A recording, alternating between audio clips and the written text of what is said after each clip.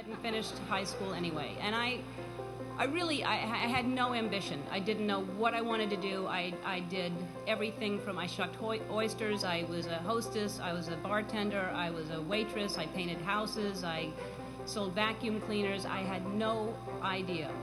And I thought I'd just finally settle on some job and I would make enough money to pay my rent, maybe have basic cable, maybe not. I didn't really have a plan.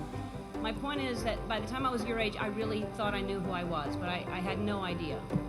Like, for example, when I was your age, I was dating men.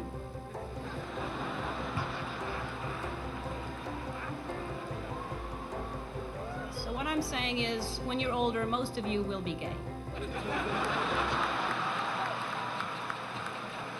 Is anybody writing this stuff down? Parents?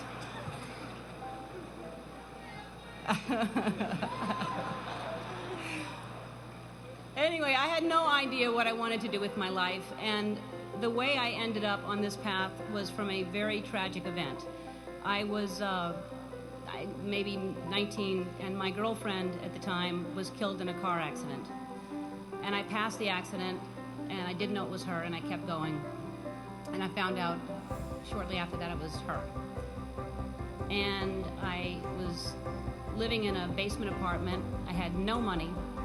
I had no heat, no air. I had a mattress on the floor, and the apartment was infested with fleas. And I was soul searching. I was like, why is she suddenly gone and there are fleas here?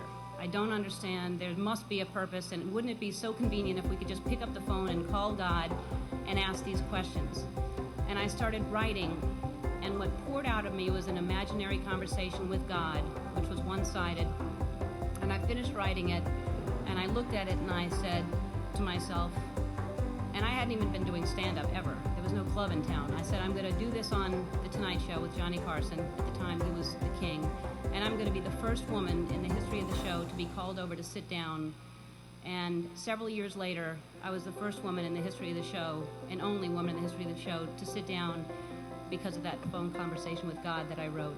And I started this path of stand-up, and it was successful, and it was great, but it was hard because I was trying to please everybody, and I had this secret that I was keeping, that I was gay, and I thought if people found out, they wouldn't like me, they wouldn't laugh at me.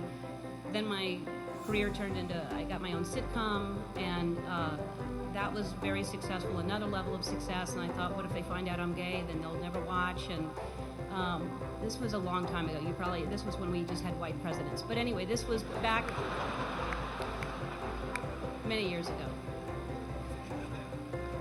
And I finally decided that I was living with so much shame and so much fear that I just couldn't live that way anymore. And I decided to come out and make it creative, and my character would come out at the same time. And it wasn't to make a political statement. It wasn't to do anything other than to free myself up from this heaviness that I was carrying around. And I just wanted to be honest.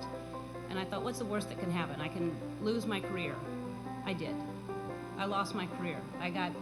The show was canceled after 6 years without even telling me. I read it in the paper. The phone didn't ring for 3 years. I had no offers. Nobody wanted to touch me at all. And yet I was getting letters from kids that almost committed suicide but didn't because of what I did.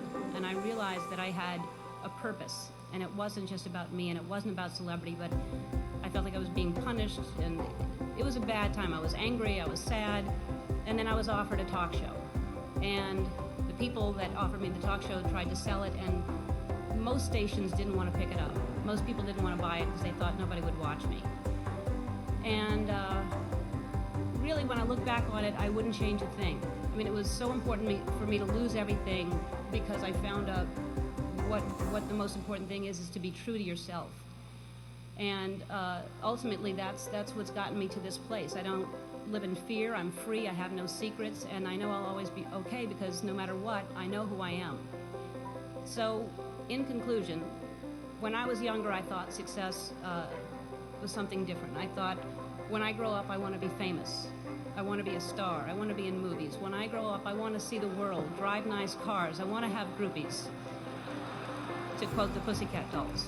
How many people thought it was boobies, by the way? It's not, it's groupies. But my idea of success is different today, and as you grow, you'll realize the definition of success changes. For many of you, today, success is being able to hold down 20 shots of tequila.